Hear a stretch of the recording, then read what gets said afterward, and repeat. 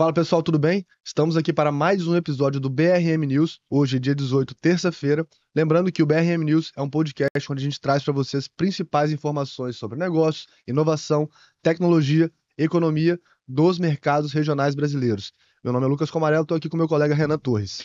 Olá, Lucas. Olá para você que nos escuta. E como a gente gosta sempre de lembrar, essa é a nossa versão em podcast. Para você que gostaria de receber diariamente as principais notícias em e-mail e WhatsApp, acesse aqui no link, o link da descrição e se inscreva na BRM News.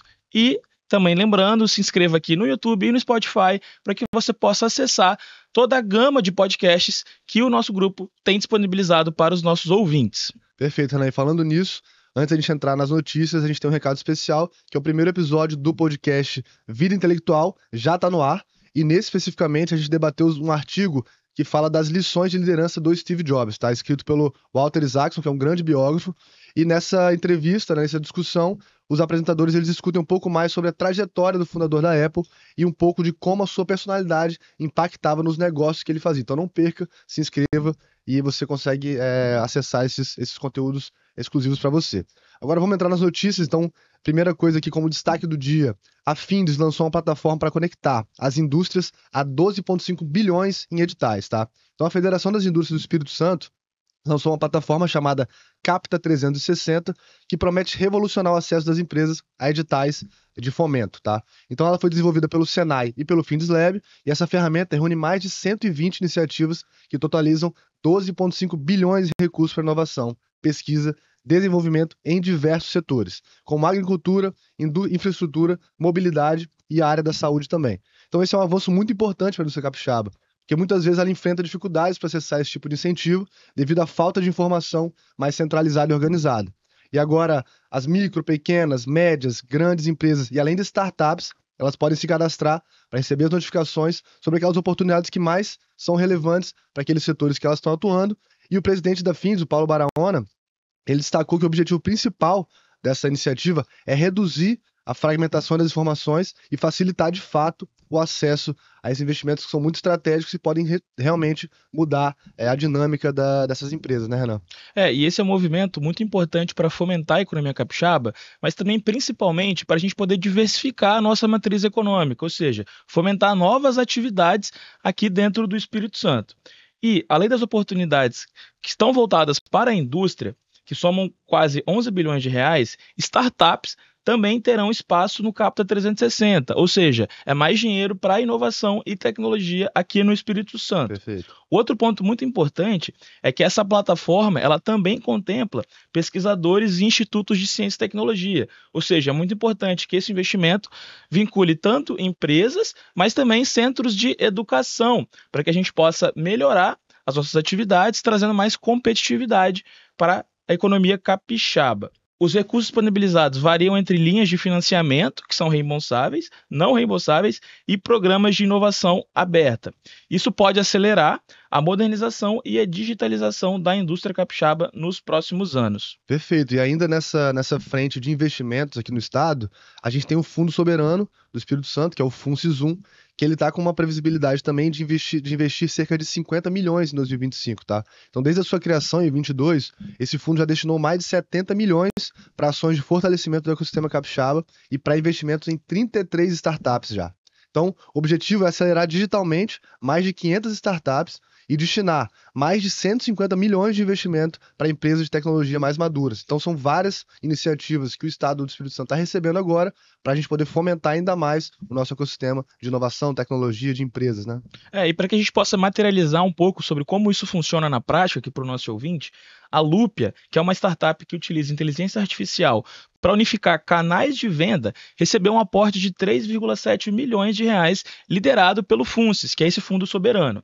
Com isso, a empresa pretende expandir seu faturamento em até 10 vezes ainda em 2025.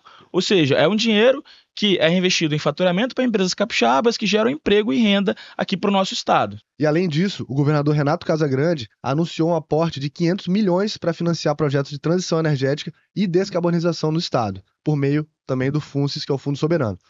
O valor total da operação pode alcançar até 1 bilhão em parceria com o BNDES. E esses recursos vão ser aplicados em projetos voltados para a indústria e infraestrutura sustentável no Espírito Santo. E Lucas, vale sempre ressaltar que economia e meio ambiente precisam andar juntos. Essa iniciativa que a gente está citando aqui, ela está diretamente alinhada com um plano de descarbonização do Espírito Santo, publicada ainda no ano passado. Esse plano tem o objetivo de reduzir as emissões de gases de efeito estufa na economia capixaba. E a gente sabe que esse tipo de plano ele é muito bem visto por empresas multinacionais, ou seja, é uma forma da gente conseguir atrair novos investimentos também para o Espírito Santo via um maior cuidado com o meio ambiente. Perfeito. E agora a gente indo para a área de economia, o governo federal ele enviou no Congresso Nacional um projeto da reforma do imposto de renda, do IR, que prevê isenção para pessoas físicas que ganham até 5 mil por mês. Então essa medida, ela era uma das promessas da campanha do presidente Lula, né? E ela pode beneficiar cerca de 10 milhões de contribuintes. Só que, em contrapartida, a iniciativa tem um custo estimado de 27 bilhões no primeiro ano de vigência, o que levanta alguns questionamentos, né, como sempre, sobre o impacto fiscal dessa mudança proposta pelo governo. Mas para equilibrar essas contas e compensar essa perda de arrecadação, o governo está propondo uma nova alíquota para quem recebe mais de 600 mil anuais, e esse imposto progressivo pode chegar até 10% da renda total, incluindo dividendos, que hoje são isentos para pessoas físicas, e isso pode gerar uma certa resistência no setor empresarial, principalmente no setor financeiro, né, que é um setor também que está, obviamente, envolvido nisso, já que esses empreendedores e investidores eles dependem muito desse rendimento para a prosperidade dos seus negócios. E essa é uma notícia muito importante quando a gente fala sobre política tributária no Brasil. O Brasil, diferente de países como Estados Unidos e Reino Unido, ainda não tributa dividendos. No entanto, a equipe econômica do atual governo argumenta que essa alteração tornaria o sistema mais justo e progressivo, garantindo que quem ganha mais contribua mais para o financiamento dos serviços públicos. Porém, Lucas, a gente também precisa lembrar aqui que, apesar do Brasil não tributar dividendos como outros países, o Brasil é um país que tem uma carga tributária muito maior do que esses países já desenvolvidos.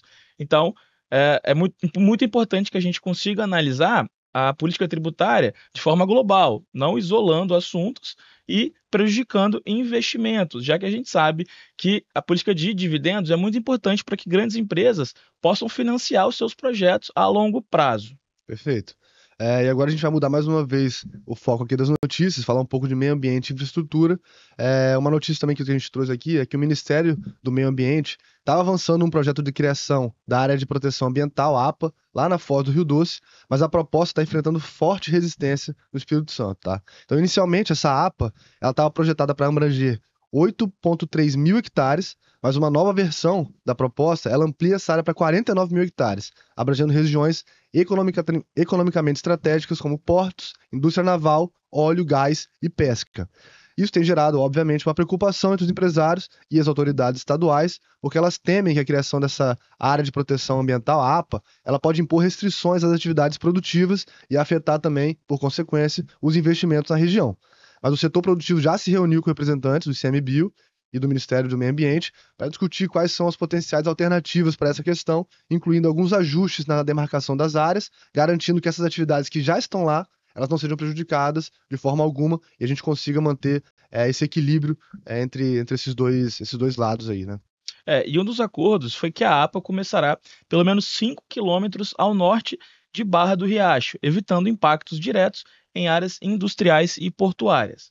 Em Linhares, ainda está em discussão um recuo de 20 quilômetros para reduzir a sobreposição com atividades econômicas essenciais para a cidade.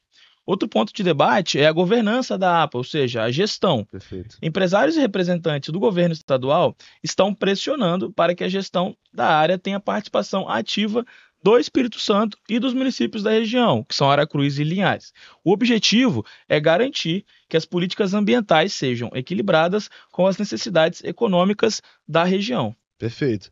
Então agora a gente vai mudar de assunto mais uma vez, vamos para a área da política, tá? Então o que a gente teve de notícia nesse último domingo, né? Então o governador de São Paulo, Tarcísio de Freitas, ele participou do ato bolsonarista lá em Copacabana, que a gente comentou inclusive no dia de ontem, e num tom mais duro contra o governo Lula. Então no seu discurso lá na hora, ele reforçou alguns temas como a inflação, corrupção e a própria liberdade de expressão, que é um tema muito falado nesse governo, e o que agradou muito dos aliados do Bolsonaro, também como os mais moderados do PL, tá?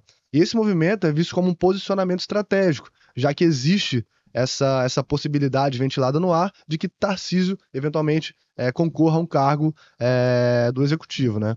Mas ele estava com um discurso bem alinhado com a base bolsonarista, está fortalecendo a sua posição sem necessariamente tomar partido a figura do Bolsonaro. Então é realmente uma ação estratégica de se comunicar melhor com o eleitorado do próprio Bolsonaro, mas não necessariamente se vincular a ele em termos de percepção pública, né, Renan? E Lucas, apesar do tom forte, o evento teve um impacto político limitado.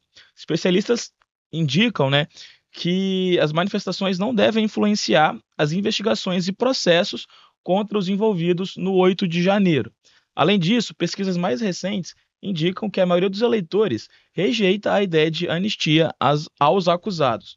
No entanto, o ato serviu para consolidar Tarcísio como uma figura importante para a direita, visando a eleição de 2026. Perfeito. Se Tarcísio decidir concorrer à presidência no ano que vem, é importante que ele equilibre a sua imagem como uma pessoa importante ligada ao governo Bolsonaro, né, a figura de Jair Bolsonaro, mas também a necessidade de ampliar o seu eleitorado para além da base bolsonarista. E antes de encerrar, Renan, tem um comunicado aqui para quem nos assiste, que no dia 26, na semana que vem, em São Paulo, no Teatro B32, vai acontecer o evento BRM São Paulo. Esse evento tem como objetivo reunir as principais lideranças econômicas, políticas e intelectuais para discutir sobre as potencialidades dos mercados regionais brasileiros, dessa vez lá em São Paulo. Então, se você segue nossas redes sociais, inclusive acompanha a gente pelos canais de e-mail marketing e WhatsApp, você tem lá o ingresso para poder se inscrever e participar com a gente desse evento muito importante, mega relevante. E fica o convite para o nosso ouvinte acompanhar